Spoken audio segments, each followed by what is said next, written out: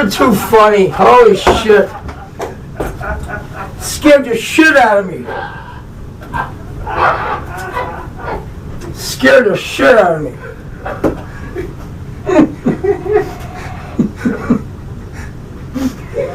How'd you not know that wasn't your chair?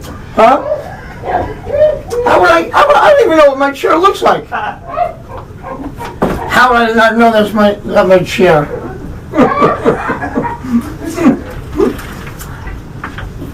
All right, Mike, now I know why you needed me here by 11.